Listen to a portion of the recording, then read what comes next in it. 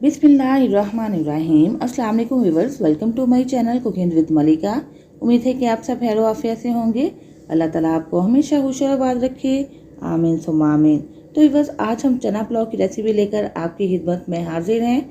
बिल्कुल देग जैसा जायका, रंगत, खुशबू आज हम घर के मसालों के साथ ही डेवलप करने वाले हैं। इंशाल्लाह आपको ये रेसिपी बेहद पसंद आने वाली है। फटाफट से रेसिपी की जानिब बढ़ते हैं। यहाँ पे हमने एक बर्तन चूल्हे पे रख दिया है और बर्तन प्री हीट हो चुका है। इसके अंदर हाफ कप के करीब ऑयल शामिल कर देंगे। ऑयल जैसे ही गर्म होगा, इसके अंदर एक लार्ज साइज़ का प्याज जो उसको हमने बिल्कुल बारीक बारीक कट कर लिया है, इसके अंदर शामिल कर देंगे और इसको फ्राई कर लेंगे। इतना फ्राई करेंगे कि गोल्डन हो जाए। और जब तक प्याज फ्राई होता है, हम जल्दी से मसाला की तैयारी कर लेते हैं। इसके लिए हमने एक पैन चूल्हे पे रख दिया है। 1 टीस्पून भर के शामिल कर देंगे सौंफ, 1 टीस्पून शामिल कर देंगे ज़ीरा और 2 टीस्पून शामिल कर देंगे खुश धनिया जो कि साबुत है।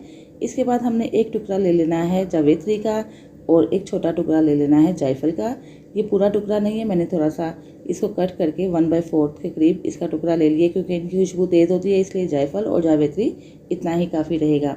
3 से 4 अदद हमने सूखी सूख मिर्चें ले ली हैं और अब हमने लो फ्लेम पे इस मसाले को ड्राई रोस्ट कर लेना है। इतने अच्छे तरीके से इसको रोस्ट करेंगे कि जिससे कि इसकी खुशबू आना शुरू हो जाए और ये मसाला जले भी नहीं। तो बस ये मसाला हमारा तैयार हो चुका है। इसको हम धड़धड़ा सा कूट लेना है, बहुत ज़्यादा इसका हमने पाउडर नहीं बना लेना। तो बस ये इतना खुशबूदार और मज़ेदार सा मसाला तैयार हो चुका है। यही मसाला हम आगे चल के यूज़ करेंगे। तो इस मसाले को हम रख देते हैं एक साइड पे और हमने दूसरी जानिब जो प्याज रखा था इसकी भी कंडीशन चेक कर लेते हैं।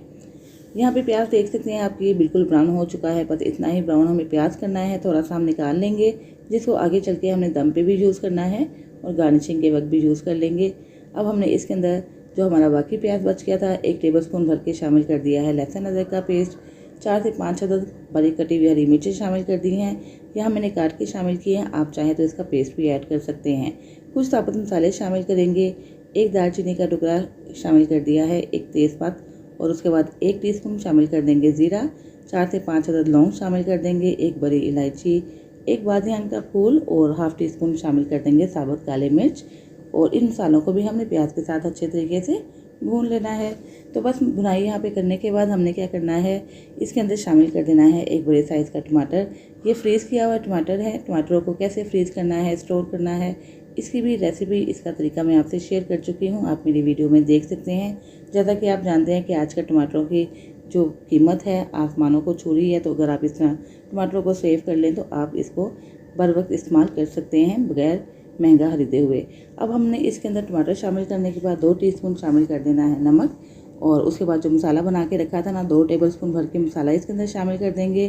3 से 4 टेबलस्पून शामिल कर देंगे दही और इस मसाले को अच्छे तरीके से भून लेंगे। यहाँ पे फ्लेम स्लो कर देंगे। स्लो फ्लेम पे हमने मसाले को और दही को मिक्स करना है ताकि इसके लम्स ना बन पाए। और जैसे ही दही मिक्स होगा फ्लेम हाई कर देंगे। हाई फ्लेम पे इस मसाले को बहुत ही अच्छे तरीके से भून लेना है। यहाँ पे आप देख सकते हैं कि मसाला अच्छे तरीके से भून चुका है, प्याज इसके अंदर, टमाटर भी मैश हो चुके हैं। और अब हमने ले लेने हैं चने। यहाँ पे 200 ग्राम मैंने चने ले लिए हैं, जिनको बहुत ही अच्छे तरीके से गला लिया है और इसका पानी मैंने अलग कर लिया है। चने का पानी हम आगे चल के यूज़ करेंगे, लेकिन अभी हमें यहाँ पे चने का पानी छान के चने शामिल करने हैं और चने को भी भून लेना है बहुत ही अच्छे तरीके से। ये मैंने 100% तक गला लिए हैं। और अब हमने क्या करना है, इसके जायके को बढ़ाने के लिए 1 टेबलस्पून शामिल कर देंगे चिकन पाउडर। चिकन पाउडर की जगह पे आप चिकन क्यूब्स का भी इस्तेमाल कर सकते हैं। 3 से 4 टेबलस्पून मैंने शामिल कर दिया है हरा धनिया और साथ ही पुदीना। अगर आपके पास है तो शामिल कर दीजिएगा, वरना ये आप स्किप भी कर सकते हैं। बस इनके फ्लेवर के लिए मैंने शामिल कर दिया है। और 3 से 4 अदद मैंने साबुत आलू बहारिश भी शामिल कर दिए हैं फ्लेवर के लिए।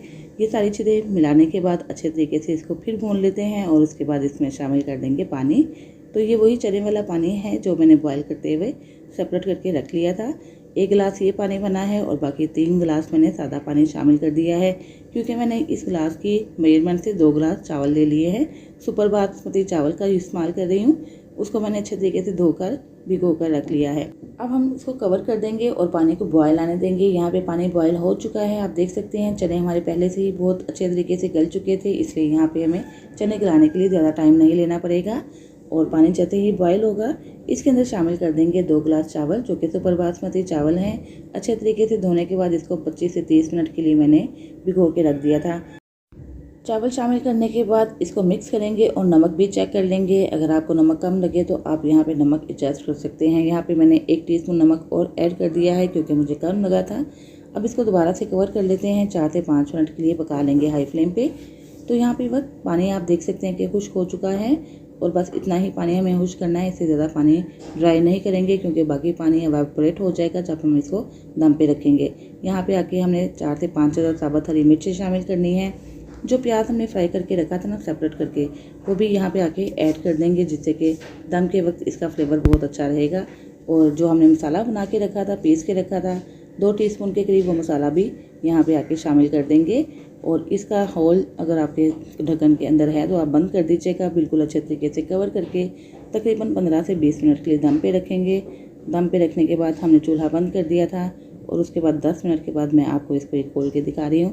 तो बस ये भी एक ट्रिक है, आपने याद रखनी है कि दम लगाने के फ़ौरन बाद आपने चावलों को नहीं छेड़ना है वरना ये टूट भी सकते हैं।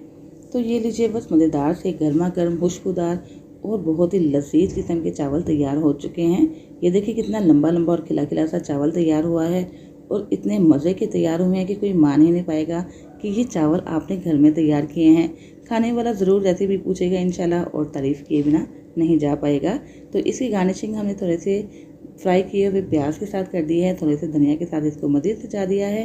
उम्मीद है बस आपको मेरी ये रेसिपी पसंद आई होगी। रेसिपी अच्छी लगे तो प्लीज़ वीडियो को लाइक और शेयर कर दीजिएगा। चैनल पर नए हैं तो चैनल सब्सक्राइब किए बिना मत जाइएगा, साथ ही बेल आइकन प्रेस कर दीजिएगा ताकि मेरी हर नई आने वाली वीडियो आपसे मिस ना हो सके। तो इसके साथ ही बस इजाज़त चाहते हूँ, फिर हाजिर होंगे इंशाल्लाह एक नई रेसिपी के साथ। अपना बहुत सा ख्याल रखिएगा, मुझे भी दुआ में याद रखिएगा। अल्लाह हाफिज़।